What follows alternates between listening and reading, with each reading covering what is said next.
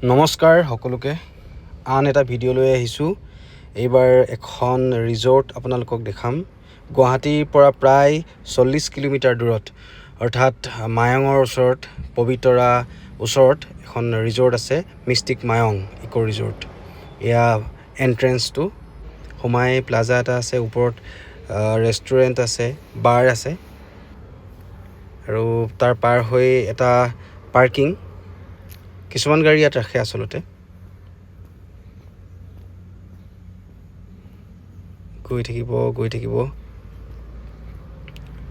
অলপ গৈ বাওঁহাতে যিটো ঘৰ আছে, বিল্ডিং আছে, তাৰ সন্মুখতে দুটা ম'হ, এটা সোঁফালে মূৰ কৰি আছে, এটা বাওঁফালে মূৰ কৰি আছে।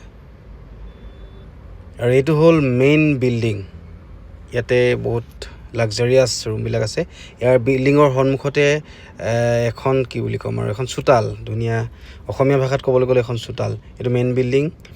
আৰু ইয়াতে বহুত 6,000ৰ পৰা 5,000, 6,000 এনেকুৱা ধৰণৰ ৰুমবিলাক আছে, য'ত ব্ৰেকফাষ্ট ইনক্লুড হৈ থাকে। সম্পূৰ্ণকৈ দেখাইছোঁ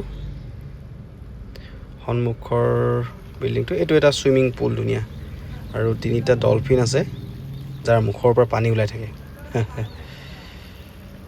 ধুনীয়া নহয়নে?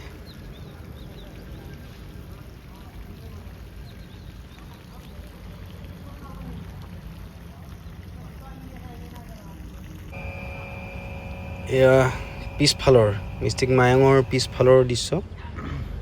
ইয়াৰ ওপৰৰ পৰা দৃশ্য দেখাইছোঁ। এইটো নতুনকৈ পাৰ্কিঙৰ ওচৰত এটা ৰাস্তা পাৰ হৈ গৈছে পথাৰলৈ। আৰু এইফালে আছে, নতুনকৈ পাৰ্কিং লৈছে বোলে, মাটিখিনি নতুনকৈ লৈছে। এইখিনি বহুত ডাঙৰ পাৰ্কিং আছে, যিমানে গাড়ী নহওক ধৰিব ইয়াতে।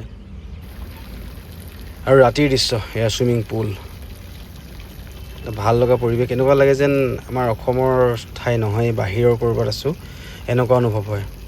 আজি সম্পূৰ্ণটো দিয়া নাই, মই ভিতৰৰ ৰুমবিলাক দেখুওৱা নাই, যিহেতু আপোনাৰ কি কয়, পেইড প্ৰমোশ্যন নহয় এইটো।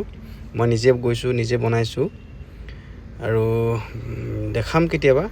দুজন বিশেষ ব্যক্তিয়ে এই ৰিজৰ্টখন খুলিছে, আমি গুগল চাৰ্চ কৰি গম পাইছোঁ। এটা খুব ধুনীয়া উপাৰ্জনৰ পথ, যিহেতু বেছি ইনভেষ্ট কৰিছে আৰু বেছি ইনকাম কৰি আছে। এইটো এটা ভাল আইডিয়া।